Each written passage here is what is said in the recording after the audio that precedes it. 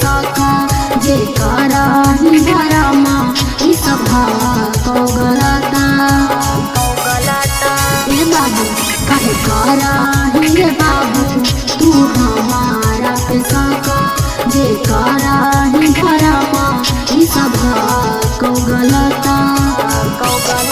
आज रातियों के दिन ही तू जवानी के लूटैनी यह सुन के खबर गरम होलौ मोर मिजाज गिर गेली नजारा से सुनाइए धोखेबाज दोसरा से मरबा वही लगन तोरा लाज गिर गेली नजारा से सुनाइए धोखेबाज दोसरा से मरबा वही लगन तोरा लाज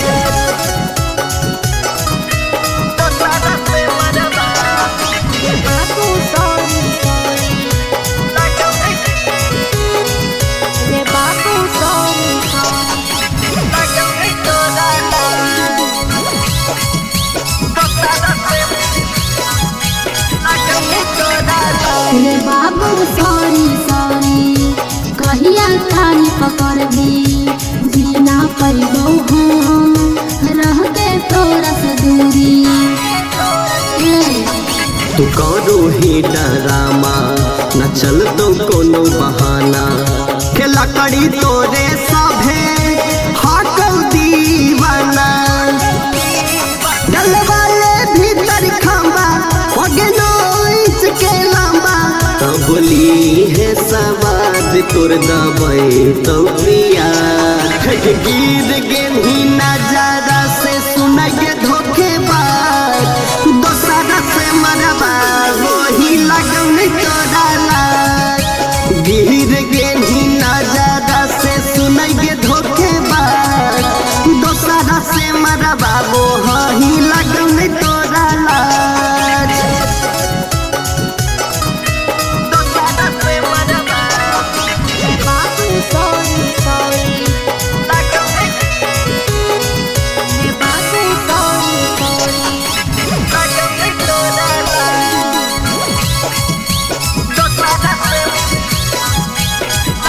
रे छौड़ा या लोक निराला न कर हमसे घोटाला अपना चाबी से तू खोला ही दूसर के ताला ए बाबू ज्यादा बोल न लकड़ी जिना तू हकी सत भतरी काचू सही रोजे तू अपना हाथ से पकड़ी